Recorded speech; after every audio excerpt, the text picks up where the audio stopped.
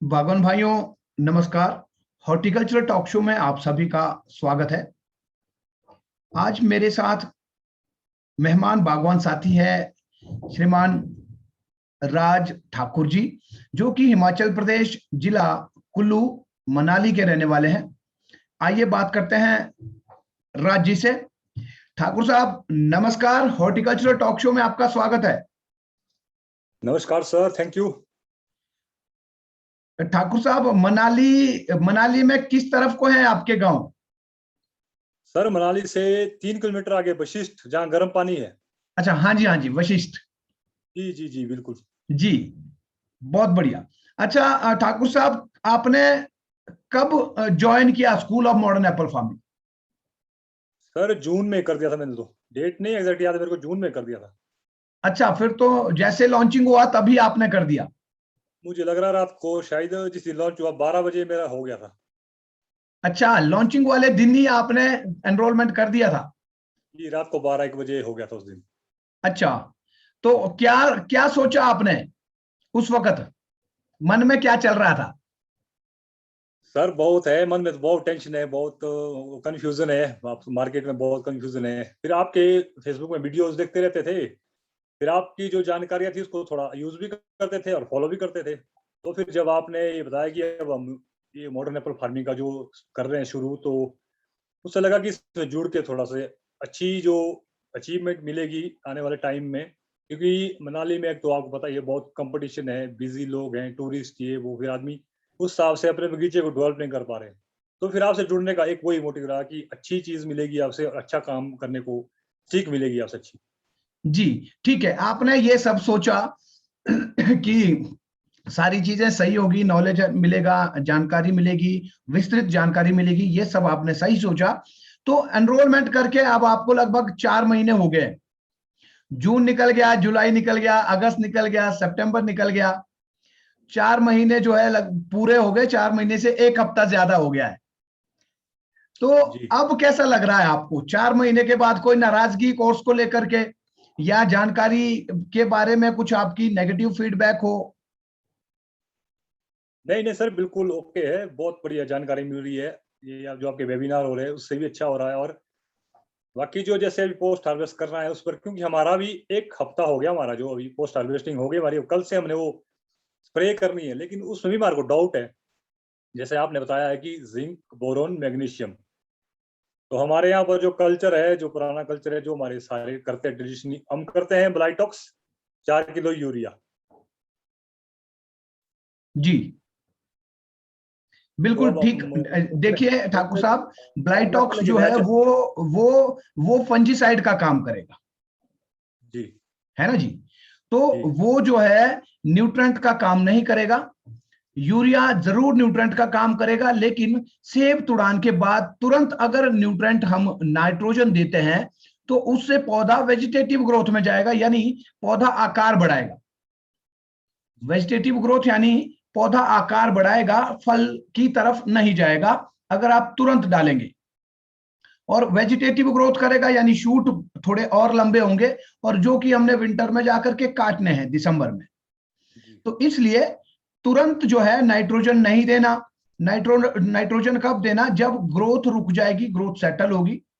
लेकिन सेब तुड़ान के बाद तुरंत माइक्रो न्यूट्रेंट्स देना, क्योंकि माइक्रो न्यूट्रेंट की आवश्यकता बड ब्रेकिंग से लेकर के फ्रूट सेटिंग तक पौधे को होगी। आपने वेबिनार तो आपने अटेंड किया, ये तो डिटेल आपको सारी पता ही है। जी यहां दोबारा से इसलिए बोल रहा हूं कि जो लोग टॉक शो देख रहे हैं उनको भी थोड़ी जानकारी मिले। आपका बहुत अच्छा प्रश्न है, इसलिए कोशिश कर रहा हूं कि इसके ऊपर और थोड़ी ज्यादा मैं बात करूं। तो ये जो माइक्रो न्यूट्रेंट्स हैं, इनको अगर हम सेब तुड़ान के बाद देते हैं, बोरोन, जिंक और मैग्नीशियम जैसे आपने कहा, तो इससे क्या होगा कि अगले वर्ष बड ब्रेकिंग के बाद जिंक पत्तों की फॉर्मेशन और पत्तों की डेवलपमेंट सही करेगा। बोरोन पोलन ट्यूब को लंबी करेगा और नंबर ऑफ सीड्स यानी बीजों की संख्या फ्रूट के अंदर उसको बढ़ाएगा, ताकि ड्रॉपिंग जल्दी ना हो फ्रूट की। और इसके साथ साथ जो मैग्नीशियम है, वो पत्ते के ऊपर का जो हरा रंग है, क्लोरोफिल है, उसको बढ़ाने में मदद करेगा, यानी फोटोसिंथेसिस उससे अच्छा होगा। प्रकाश संश्लेषण क्रिया अच्छी होगी, जिससे कि कार्बोहाइड्रेट्स खूब सारे बनेंगे, तो पौधा क्वालिटी और क्वांटिटी दोनों की तरफ आगे जाएगा। तो जो ब्लाइटॉक्स है उसको आप थोड़ा लेट कर सकते हैं, माइक्रोन्यूट्रेंट्स आप कर दें और 5-6 दिन के बाद आप ब्लाइटॉक्स कर लें भले ही, लेकिन माइक्रोन्यूट्रेंट करने आवश्यक है। और नाइट्रोजन जल्दी नहीं देना है, जल्दी देंगे तो पौधा वापस वेजिटेटिव ग्रोथ की तरफ चला जाएगा, तो इसलिए नाइट्रोजन थोड़ा लेट देना, थोड़ी जब ग्रोथ रुक जाए, लगभग 2 हफ्ते का कम से कम आपको वेटिंग पीरियड लेना है। जी जी ठाकुर साहब बताएं। तो सर हमारे यहाँ है ना, जैसे हमारे यहाँ पर होता है मैक्सिमम रेड डिलीशियस में 2 वैरायटी होती है हमारे यहाँ पर। एक तो होगा रॉयल जो जल्दी पकता है, और एक होगा रेड जो आधा हरा रहता है, एक साइड इसमें कलर आता है। तो हमारे सेब टूटते हैं 15 अगस्त से स्टार्ट कर देते हैं हम। तो रॉयल तो हमारा मिनिमम 30 सितंबर तक खत्म हो जाता है। तो जो रेड है हमारा अभी 1 हफ्ता पहले तक रहा, वो अभी तो कल परसों में फ्री हुए हम। तो इसमें प्रॉब्लम आ रही है, अब जो हमने रॉयल के पेड़ों के सेब तोड़ दिए हैं, उनको तो 1.5 महीना हो गया है हार्वेस्ट करके। अब ये स्प्रे का शेड्यूल कैसे करें, अब क्या करें? हाँ जी, देखो ये जो है सेब तुड़ान के बाद तुरंत माइक्रोन्यूट्रेंट्स तो देने चाहिए, लेकिन ये आपको देखना है कि कितने रेड के पौधे हैं और कितने रॉयल के पौधे हैं। ठीक है जी, तो अगर रॉयल के पौधे ज्यादा है, रेड के कम है, तो आपको उनमें जो है रॉयल के पौधों में स्प्रे कर लेनी चाहिए। अगर कम है और रेड ज्यादा है तो वेट करके फायदा है। और अगर आप दोनों को अलग अलग समय पर दे सकते हैं, जब रेड टूटेगा तब रेड को दे दिया, जब रॉयल टूट रहा है तब रॉयल को दे दिया, तो इससे अच्छा कुछ हो ही नहीं सकता है। इसके लिए फिर टाइमिंग बनानी पड़ेगी, जब रॉयल खत्म हुआ तो उसका स्प्रे करो, फिर रेड टूटा तो फिर स्प्रे करो। बिल्कुल, अगर ऐसा कर सकते हैं तो ये बहुत अच्छा है, क्योंकि पौधा हमारे हिसाब से नहीं चलेगा, वो अपने हिसाब से ही चलेगा। जी बाकी सर जो हमारा ये जो हमारा एल्टीट्यूड है, ये हमारा कितना है, ये एल्टीट्यूड हमारा है 6,500 6500 से 7,000 के बीच में हमारा। तो यहाँ के लिए बेस्ट कौन सा? क्योंकि हमारे पास एक प्लॉट आया अभी, जैसे होता है घर में परिवार में जब वो बांटते हैं, तो एक खेत जैसे दिया था बघियाड़ों को, कई साल उनके पास था, तो अब आ गया अपने पास वो। तो उसमें 2 ही पेड़ है उन्होंने रखे हुए, वो है गोल्डन के, वो भी खत्म है, खत्म होने के कगार पर है वो। तो मैं कर रहा हूँ उसको पूरा ही इस बार दिसंबर में नहीं, पूरा। वो किसके पास था वो दिया था सर जैसे रिश्तेदारी में, काम करने के दूर लिए? जैसे दूसरे गांव में, वो घोषाल गांव में, वो उनको दिया था वो बीजने के लिए सब कुछ। तो उसमें वो पेड़ पूड़ कुछ नहीं है, 2 गोल्डन के पेड़ है, वो भी बिल्कुल डेड होने वाले, ऊपर से सूख रहे हो नीचे को। तो मैं सोच रहा हूँ उसको पूरा अप्रूव करके, तो यहाँ के लिए सबसे बेस्ट कौन रहेगा ये हाई कलर स्टैंड में वेराइटी?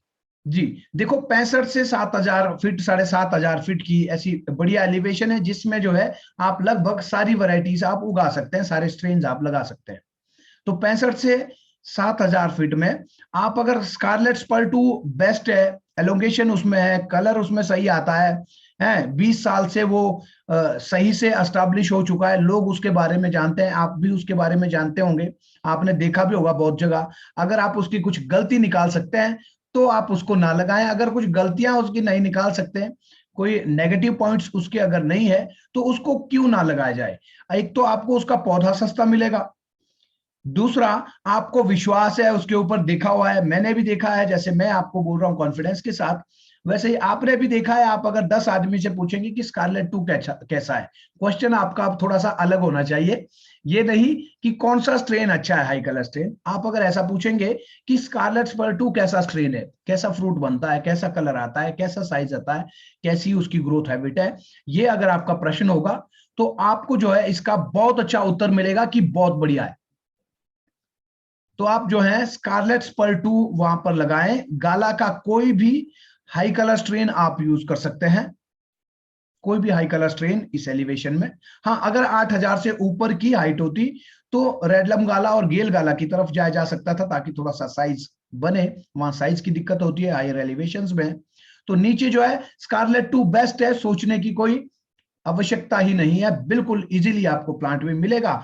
और उसका जो फ्रूट आता है वो भी बहुत अच्छा लंबोतरा होता है, कलर जबरदस्त आता है, जल्दी कलर आता है, फ्रूट जो है, जो उसके ऊपर जो क्रॉप है, क्रॉप हर बार आती है, ग्रोथ भी उसकी अच्छी है। तो इसमें जो है ज्यादा ना सोचें और ज्यादा लोगों से ये ना पूछें कि कौन सा कलर स्ट्रेन लगाना है।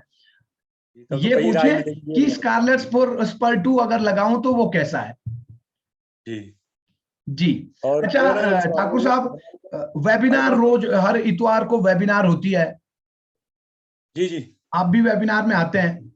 वेबिनार के बारे में आप क्या कहेंगे, कैसे होती है वेबिनार, क्या कैसा लगता है, समझ आती है या जानकारी उसमें कितनी होती है, लगता है कि जानकारी पूरी है। जी जी जी, वेबिनार में तो बहुत बढ़िया बताते हैं प्रॉपरली।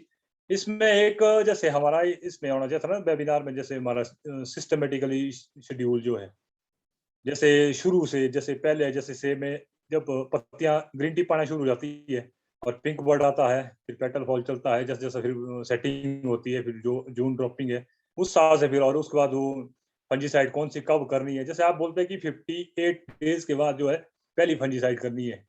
तो हमारे यहाँ तो देखा देखी में जैसे ही मतलब पीनट साइज होने वाला था सेब, तो कोई स्कोर लेके आ रहा है, कोई कंटाफ ला रहा है, कोई इंडोफिल M45 ला रहा है, तो वो तो जून तक तो यार 3 स्प्रे करवा देते हैं हमारे से। जी, देखिए, जो फंजीसाइड की जो बात है, वो हम अलग अलग फंगल डिजीजेस को टारगेट करके करते हैं। अगर पाउडरी मिल्ड्यू आपकी परेशानी है, तो पाउडरी मिल्ड्यू को कंट्रोल करने के लिए आपको हाफ इंच से ही काम करना है, हाफ इंच में भी फिर स्प्रे होगी। अगर पाउडरी मिल्ड्यू आपके यहाँ पर परेशानी का सबब है, परेशानी का कारण अगर आपके यहाँ है, तो उसके लिए आप इस तरह से कर सकते हैं। और जो अल्टरनेरिया है, मार्सोलिना है, स्कैब है, इन तीनों के लिए अलग अलग टाइमिंग के हिसाब से, जैसे स्कैब है, स्कैब के लिए भी आपको जो है पहली स्प्रे कब करनी है, हाफ इंच लीफ के आसपास। ठीक है जी। जो अल्टरनेरिया है और मार्सोनिना है, इसके लिए फ्लावरिंग के 58 डेज में, ये जो है उस वक्त ये उठता है, इसके जो स्पोर्स है। तो अलग अलग बीमारियों के लिए अलग अलग टारगेट्स होते हैं। तो अपने यहाँ पर school of Modern Apple farming में अगले वर्ष, यानी कि जब बर्ड ब्रेकिंग होगी, उस वक्त से हम लोग जो है जब वेबिनार करेंगे, तो वेबिनार में हम लोग बर्ड ब्रेकिंग से लेकर के फ्लावरिंग तक कौन कौन से छिड़काव हमें करने चाहिए, इसके ऊपर जो है वेबिनार उस वक्त होगी, ताकि उस वक्त आपको ताजा ताजा ध्यान रहे, और वो जो सारणी होगी या जो भी स्प्रे शेड्यूल, जो जो भी स्प्रे करनी है, उसके बारे में आपको विस्तृत जानकारी मिलेगी। तो आप अपने यहाँ का शेड्यूल जो है खुद सेट कर पाएंगे, ये मेरी आशा और ये मेरी उम्मीद है। तो अगले वर्ष के सीजन में क्या क्या होना, वो हम लोग जो है आगे, जब ये प्रूनिंग का खत्म हो जाएगा, प्रूनिंग के वेबिनार होने हैं, कोई 3 वेबिनार उसमें होंगे। 1 से 4 वर्ष के पौधे की प्रूनिंग का अलग वेबिनार होगा, 4 से 10 का अलग वेबिनार होगा, बड़े सीडलिंग ऑर्चर्ड्स का अलग होगा, और ऐसे ऑर्चर्ड सीडलिंग के पुराने जिसमें फसल नहीं आती है, उनका अलग वेबिनार होगा प्रूनिंग के लिए। और हाई डेंसिटी ऑर्चर्ड्स की प्रूनिंग कैसे की जाए, इसका अलग वेबिनार होगा। तो इसका मतलब लगभग 5 इतवार हमारे निकल जाएंगे, 1 महीना या 1.5 महीना तो हमारा प्रूनिंग में ही निकलना है। इसके अलावा हमारे प्रूनिंग सेमिनार्स अलग से होंगे, अलग अलग जगहों पर, जो भी एनरोल्ड मेंबर्स हैं उनके लिए। जहां जैसे मनाली में जितने लोग हैं जिन्होंने एनरोलमेंट की है, वो सभी वहां मनाली के आसपास में कहीं भी उनके लिए अलग से होगा। बंजार वालों के लिए बंजार में सेमिनार करेंगे, ननखड़ी वालों के लिए ननखड़ी में, कोटगढ़ वालों के लिए कोटगढ़ में, कश्मीर वालों के लिए कश्मीर में, तो उत्तराखंड वालों के लिए उत्तराखंड में, किन्नौर वालों के लिए किन्नौर में। तो इस तरह से हम लोग जो है जब मार्च में एंटर होंगे, तो मार्च के बाद जो है असली वो क्या कहते हैं, असली इम्तिहान शुरू परीक्षा जो होगा। है school of Modern Apple farming की, वो मार्च के बाद शुरू होनी है। जी जी जी, फिर उससे आएगा फुल रिजल्ट की ये, अब ये हाँ जी, कामयाब हो। तब पता चलेगा कि हो क्या रहा है। और जुलाई आते आते, जून आते आते जो है एकदम क्लियर हो जाएगा कि हो क्या रहा है और क्या इसका जो है फायदा होने वाला है। क्योंकि तब तक हमारे काफी वेबिनार हो चुके होंगे, लगभग 25 के करीब हमारे वेबिनार तब तक हो जाएंगे। तो मुझे लगता है 25 समस्याओं के ऊपर आपको निदान सॉल्यूशन मिल जाएगा, आपका एक्सपीरियंस काफी हो जाएगा। तो और उसके बाद जब सीजन में हम आगे बढ़ेंगे, तो सीजन के संबंधित जो बीमारियां या समस्याएं होंगी, उनके ऊपर हम लोग उसी वक्त ही विस्तृत चर्चाएं करेंगे। तो उस वक्त जो है मुझे लगता है सभी समझेंगे। अच्छा ठाकुर साहब, और बहुत सारे बागवान भाई आपके दोस्त है, रिश्तेदार है, और क्योंकि अभी लाइव चल रहा है हॉर्टिकल्चरल टॉक शो, तो आपको अभी कश्मीर वाले भी देख रहे हैं, हिमाचल के बाकी हिस्सों से भी लोग देख रहे हैं, उत्तराखंड वाले भी आपको या देख रहे हैं या फिर देखेंगे, क्योंकि फेसबुक के ऊपर ये रिकॉर्डिंग तो रहनी ही है। तो उन बागवान भाइयों को आप कुछ कहना चाहेंगे, अपना कोई भी संदेश आप अगर उनको देना चाहें तो। मेरा संदेश तो सर सबसे यही रहेगा कि मॉडर्न एप्पल फार्मिंग से जुड़ें, क्योंकि अगर आपने प्रॉपर तरीके से इस बागवानी में जाना है, अच्छा रिजल्ट पाना है, अपनी इकोनॉमी भी बढ़ानी है, अपने आप को जमाने के साथ चलाना भी है, हाई डेंसिटी जो चलना है, या जो हमारे पुराने सीडलिंग पौधे उनसे हमने क्वांटिटी कैसे लेनी है, क्योंकि मेन मुद्दा तो क्वांटिटी का है। अगर आप क्वांटिटी लेंगे, उसके बाद आपका जो है मार्केट का सिस्टम बनेगा। अगर सही भी नहीं होगा तो फिर पूरी साल का फायदा नहीं है आप। तो इस चीज से जुड़े और अपने आप को भी फायदा दें, अपने पड़ोसियों को, अपने दोस्तों को, रिश्तेदारों को। तो मैं सबसे ये करूंगा कि आप सब जो है मॉडर्न फार्मिंग से जुड़ें। जी जी, ठाकुर साहब बहुत बहुत धन्यवाद आपका हॉर्टिकल्चरल टॉक शो में आने के लिए और समय देने के लिए। तो आपसे मुलाकात होगी शायद अभी कुल्लू का, अभी अगला हफ्ता तो मेरा यही होगा, लेकिन उसके अगला हफ्ता जो लगना है वो शायद कुल्लू या मंडी की तरफ होगा। तो हो सर सकता बिल्कुल है वेलकम, अगले हफ्ते में आपकी आपका मतलब तरफ स्वागत है। जब आना होगा, जब सेमिनार्स आपके इलाके में होंगे, तो आपसे उस वक्त मुलाकात होगी। आपने डाली है, उसमें रिक्वेस्ट डाली है जो एनरोल्ड मेंबर्स है। एक्चुअली में मैं पिछले टॉक शो में भी ये बात करी थी, ये सूचना दी थी कि इसके लिए जो सेमिनार हो रहे हैं पोस्ट हार्वेस्ट न्यूट्रिशन मैनेजमेंट, इसके लिए रिक्वेस्ट भेज सकते हैं। तो उसमें कोई किसी का कमेंट था इसके ऊपर, तो उनको भी मैं, बाकी जो दर्शक लोग भी देख रहे हैं उनको भी बताना चाहूंगा कि सेमिनार के लिए रिक्वेस्ट खाली वही लोग डाल सकते हैं जो school of Modern Apple farming से जुड़े हुए हैं, जो school of Modern Apple farming में अपने आपको एनरोल किए हुए हैं। तो ठाकुर साहब आपने एनरोल उसके लिए डाली है? इसमें सर नहीं, मेरे को नहीं याद आ रहा क्या लिंक भेजा है, इसमें क्या भेजा हुआ है। अच्छा, नहीं, आपको क्या करना, जो हमारा कस्टमर केयर नंबर है, जी कस्टमर केयर नंबर है आपके पास हमारा? नहीं सर, मेरे पास नहीं है। नंबर है हमारा 9888 688 842, जहां से आपको कॉल आई होगी आज दिन को। जी जी जी जी। आज दिन को कॉल आई थी टॉक शो के लिए। मेरे को तो सर कोई 62 वाले से आई थी, दूसरे नंबर से आई किसी और से। वही होगा 9888 688 842। अच्छा, ये नहीं? नहीं, अलग था, 62300 ऐसा कुछ था वो। अच्छा, ठीक है। हमारा अलग है नंबर, अगर आपके पास कुछ है नोट करने का अभी तो आप नोट कर सकते हैं। जी मैं ले लूंगा सर, मैं कॉल कर लूंगा उसी नंबर पर अभी। ठीक है, उसी नंबर पे कॉल करके फिर उसमें आपने YES यस लिखना है व्हाट्सएप में, और साथ में अपना नाम और एड्रेस उसमें डाल देना है। फिर आपकी जो है हमारे पास रिक्वेस्ट आ जाएगी, और जो लिस्ट बनेगी उसमें से फिर अभी हमने इतवार को, कल जो है हमारा लास्ट प्रोग्राम है रामपुर के सराहन के पास में एक जगह है जगुनी, वहां पर, जी और उसके बाद वापस जा रहा हूं मैं। फिर इतवार को जो है जब हमारा अपना वेबिनार होगा एनरोल्ड मेंबर्स के लिए, उसी दिन जो है इसके ऊपर भी काम होगा कि किस तरह से अगले हफ्ते कहां पर ये सेमिनार्स होने हैं। तो इसलिए आप जो जी है कल ही ये रिक्वेस्ट डाल दें। जी, बिल्कुल सर, बिल्कुल। ठीक है ठाकुर साहब, बहुत बहुत धन्यवाद, नमस्कार, शुभ रात्रि। Thank you sir. जी।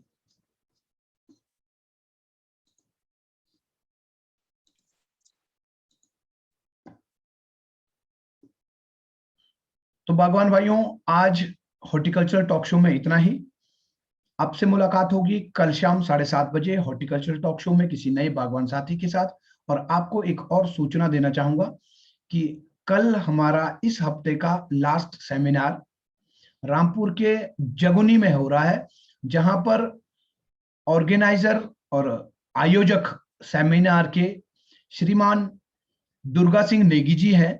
तो आप यदि जगुनी के आसपास किसी गांव में रहते हैं या रामपुर के आसपास रहते हैं जहां से जगुनी अप्रोचेबल है, तो आप जगुनी में कल सुबह 10:30 बजे आ सकते हैं। पोस्ट हार्वेस्ट न्यूट्रिशन मैनेजमेंट यानी सेब तुड़ान के बाद कौन कौन से न्यूट्रेंट्स पौधे को दिए जाए, ये आपको वहां पर जानकारी, विस्तार पूर्वक जानकारी, मिनट टू मिनट जानकारी आपको वहां पर उस सेमिनार में दी जाएगी। तो आप दुर्गा सिंह नेगी जी को कॉल करके उनसे इसके बारे में पूछ सकते हैं कि जगुनी में कहाँ जैसे ये प्रोग्राम है। और आप अगर लोकल है तो आपको मालूम ही होगा कि जगुनी कहाँ जैसे हैं मुझे तो मालूम नहीं, मैं पहले नहीं गया हूं। तो आप कल सुबह 10:30 बजे जगुनी में मिले। तो तब तक के लिए नमस्कार, जय हिंद, जय भारत।